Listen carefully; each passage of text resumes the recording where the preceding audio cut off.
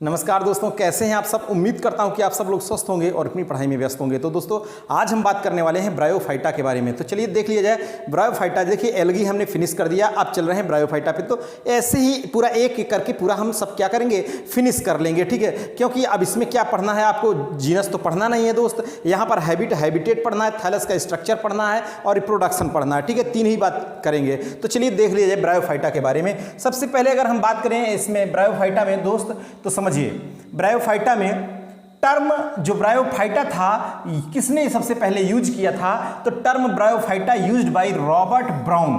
किसने term use किया था, रॉबर्ट ब्राउन ने। कब, 1864 में टर्म ब्रायोफाइटा यूज किया था, ठीक है। अगला पॉइंट क्या है कि study of bryophyta is called bryology. Bryophyta के अध्ययन को क्या कहते हैं दोस्त, ब्रायोफाइटा के अध्ययन को कहते हैं ब्रायोलॉजी। क्या कहते हैं, ब्रायोलॉजी कहते हैं, ठीक है। अगला पॉइंट देखिए कि फादर ऑफ ब्रायोलॉजी, ठीक है। फादर ऑफ ब्रायोलॉजी, ब्रायोलॉजी के जनक किसको कहा जाता है, तो कहा जाता है हेडविग को। किसको कहा जाता है दोस्त, हेडविग को कहा जाता है फादर ऑफ ब्रायोलॉजी, ठीक है। फादर ऑफ ब्रायोलॉजी कहा जाता है हेडविग को। और अगली खास बात क्या है कि फादर ऑफ इंडियन ब्रायोलॉजी, भारतीय ब्रायोलॉजी का जनक किसे कहा जाता है, तो वो कहा जाता है प्रोफेसर शिवराम कश्यप को। Professor SR. कश्यप को कहा जाता है भारतीय ब्रायोलॉजी का जनक कहा जाता है, ठीक है। अगली खास बात क्या है कि देखिए ओस्टवाल्ड टिप्पो थे। कौन, ओस्टवाल्ड टिप्पो प्लेस्ड देम, मतलब किनको, ब्रायोफाइटा को ओस्टवाल्ड टिप्पो ने क्या कहा, ए ट्राइकिएटा कहा। क्या कहा, ए ट्राइकिएटा कहा, किसको, ब्रायोफाइटा को। और ब्रायोफाइटा और किस नाम से जाना जाता है, तो ब्रायोफाइटा आल्सो कॉल्ड, इन्हें और क्या कहा जाता है, नॉन वैस्कुलर क्रिप्टोगैमस। क्या कहा जाता है दोस्त, इसे कहा जाता है नॉन वैस्कुलर क्रिप्टोगैमस, क्योंकि इसमें वैस्कुलर बंडल का फॉर्मेशन नहीं होता है। जाइलम फ्लोएम ये सब तो होते ही नहीं है, क्योंकि जाइलम फ्लोएम का विकास तो कहां से हुआ है, वो हुआ है टेरिडोफाइटा से, ठीक है। और देखिए अगली खास बात क्या है, ये जो ब्रायोफाइटा है सिंपलेस्ट, सबसे सरल एंड प्रिमिटिव आद्य ग्रुप ऑफ एम्ब्रियोफाइटा, मतलब जहां से एम्ब्रियो का बनना सबसे प्रारंभ हुआ पहले वो यही था, समझ रहे हैं। यहां से एम्ब्रियो का फॉर्मेशन हम आपको बता दें, यहां क्या है, simplest and primitive group of Embryophyta. Embryophyta का सबसे सरल और प्रिमिटिव ग्रुप कहा जाता है ब्रायोफाइटा को, ठीक है, कि Embryophyta of simplest and primitive group, ठीक है। अब अगली खास बात क्या है दोस्त, अगली खास बात उसको भी देख लिया जाए कि अगली खास बात क्या है। देखिए यहां पर इनको ब्रायोफाइटा को किसके किसके बीच रखा गया है, ये ध्यान दीजिए कि placed between Thallophyta and Embryophyta, यानी इसको थैलोफाइटा और एम्ब्रियोफाइटा के बीच स्थान दिया गया है, ठीक है। थैलोफाइटा और एम्ब्रियोफाइटा के बीच स्थान दिया गया है। और देखिए इस ब्रायोफाइटा से संबंधित मेरे दोस्त यहां समझिए, western Himalayas is gold mine of liverwort. Western Himalaya को गोल्ड माइन ऑफ लिवरवर्ट के नाम से जाना जाता है। गोल्ड माइन ऑफ लिवरवर्ट के नाम से जाना जाता है वेस्टर्न हिमालय को, ये सबसे खास बात है। अगली देखिए अगली खास बात क्या है कि डोमिनेटेड ऑन अर्थ, और ब्रायोफाइटा पृथ्वी पर कब डोमिनेट हुए, प्रभावी हुए, अबाउट 350 मिलियन ईयर्स एगो, मतलब 350 मिलियन वर्ष पहले ये पृथ्वी पर डोमिनेंट हुए इन पैलियोजोइक एंड मीसोजोइक इरा में। कब, पैलियोजोइक एंड मीसोजोइक इरा में। और अगली खास बात क्या है कि नियर अबाउट 960 जेनेरा, इसकी लगभग 960 जेनेरा हैं और लगभग 24,000 इसकी स्पीसीज हैं। ब्रायोफाइटा की लगभग 960 जेनेरा और 24,000 इसकी स्पीसीज हैं, जातियां हैं। और सबसे अगर हम छोटे ब्रायोफाइट की बात करें तो स्मॉलेस्ट ब्रायोफाइटा कौन है, तो स्मॉलेस्ट ब्रायोफाइटा है जूप्सिस अर्जेंटिया। कौन, जूप्सिस, और इतने टर्म आता है कहीं कहीं जूप्सिस केवल नाम लिखा जाता है, इसकी स्पीसीज क्या है, अर्जेंटिया, ठीक है। और लार्जेस्ट ब्रायोफाइट कौन है, सबसे बड़ा ब्रायोफाइटा कौन है, डाउजोनिया सुपरबा। कौन है, डाउजोनिया सुपरबा है सबसे लार्जेस्ट ब्रायोफाइट है, ठीक है, सबसे लार्जेस्ट। अब लार्जेस्ट हो गया, स्मॉलेस्ट हो गया, सबसे लॉन्गेस्ट, सबसे लंबा ब्रायोफाइट कौन है, वो है फोंटिनेलिस, जिसे ब्रुक मॉस कहते हैं, ब्रुक मॉस के नाम से भी जाना जाता है। अब इसकी स्टार्ट करते हैं हम पहली हेडिंग दोस्त, पहली हेडिंग इसकी हम देख लेते हैं कि इसकी पहली हेडिंग क्या है। देखिए पहली हेडिंग की अगर हम बात करें तो यहां ध्यान दीजिए दोस्त, हैबिट और हैबिटेट यहां आता है। क्या आता है? हैबिट और हैबिटेट, स्वभाव और वासस्थान। तो यहां ध्यान दीजिए कि मोस्टली हर्बेसियस ब्रायोफाइटा कैसे होते हैं? मुख्यतया हर्बेसियस होते हैं, शाकीय होते हैं। ब्रायोफाइटा ये मुख्यतया कैसे होते हैं? शाकीय होते हैं।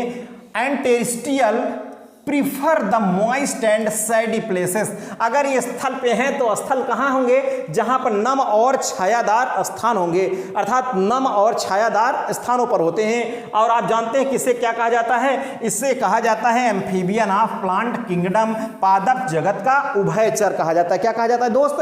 पादप जगत का उभयचर। सबसे ज्यादा कब ये ग्रो करते हैं? रेनी सीजन में, बरसात के मौसम में सबसे ज्यादा ग्रो करते हैं। कभी छत की दीवार से आप देखिए तो लगातार जहां से पानी गिरता है के सहारे से, वहां हरे हरे मखमल की तरह कुछ संरचनाएं आ जाती हैं, तो वो क्या हो जाते हैं दोस्त? वो होते हैं ब्रायोफाइट्स। क्या होते हैं? ब्रायोफाइट्स। और नम और छायादार स्थानों पर ये ज्यादा ग्रो करते हैं।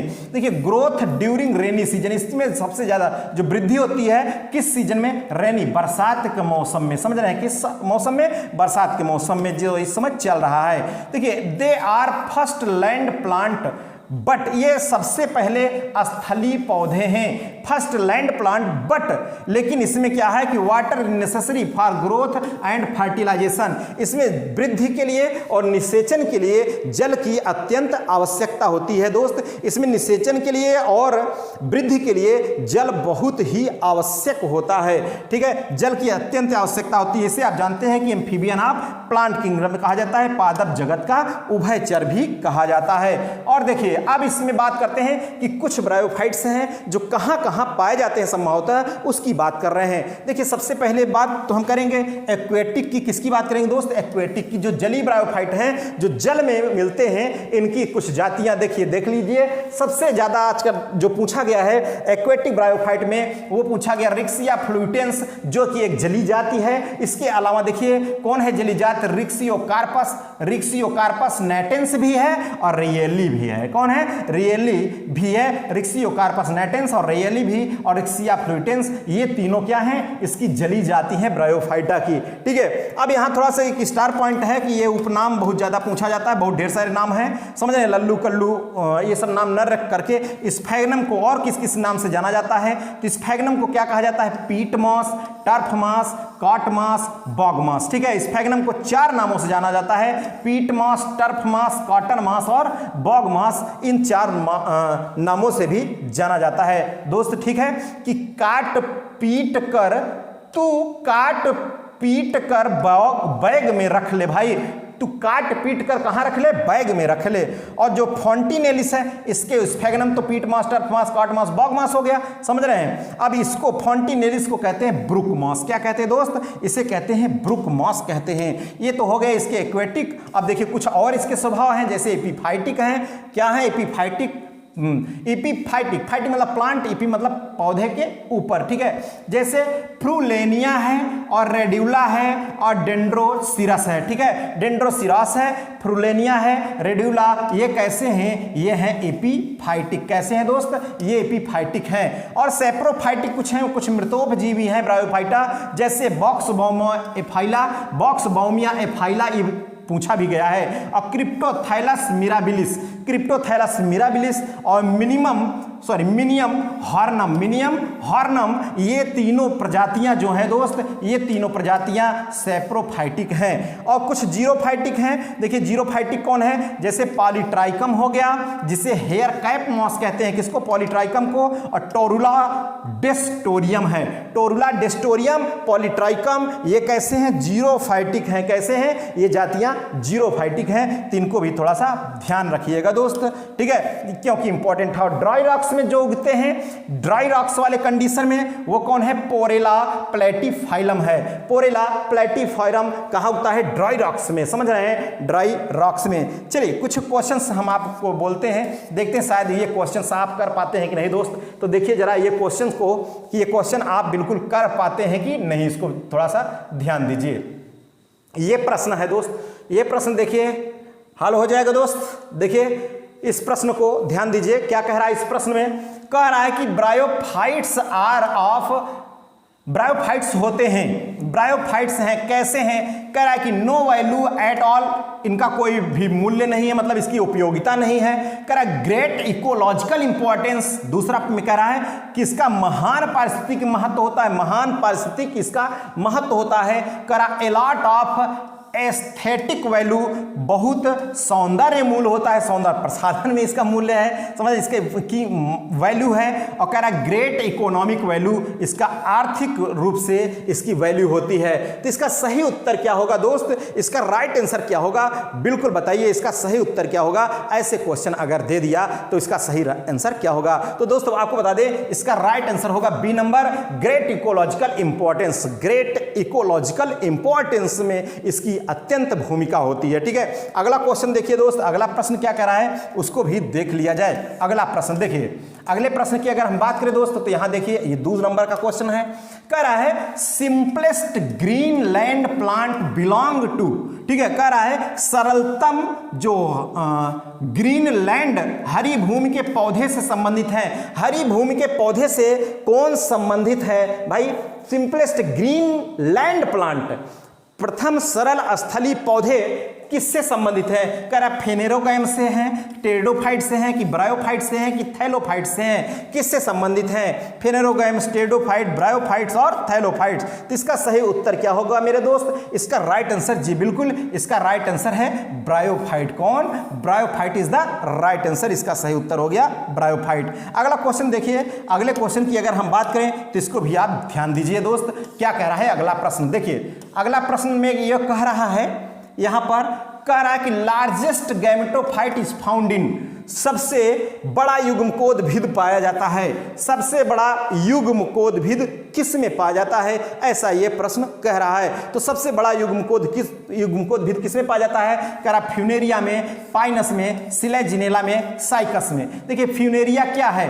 फ्यूनेरिया एक प्रकार का क्या है दोस्त? ये है ब्रायोफाइटा। क्या है? ब्रायोफाइटा, ये ब्रायोफाइटा है। तो इसका सही उत्तर क्या है? Largest gametophyte is found in Funaria, जो कि एक ब्रायोफाइट है। तो इसका ए नंबर इसका राइट आंसर है दोस्त। ठीक है, क्योंकि इसकी जो जो ब्रायोफाइटा है, इसकी मुख्य बॉडी होती है वो कैसे होती है? यन। ठीक है, गैमेटोफाइटिक होती है। क्या होती है? गैमेटोफाइटिक होती है। तो दोस्त चलिए अभी इसमें और लेक्चर हम देंगे। ठीक है, एक लेक्चर तो फिनिश हुआ हैबिटेट का, दूसरा लेक्चर थैलस स्ट्रक्चर का होने वाला है। फिर उसके बाद हम आपको बता दें जो तीसरा है रिप्रोडक्शन की बात करने वाले हैं। तो चलिए दोस्त आज के हमारे इस लेक्चर में बस यहीं तक, फिर मिलेंगे नेक्स्ट लेक्चर के साथ। ओके, थैंक यू, जय हिंद।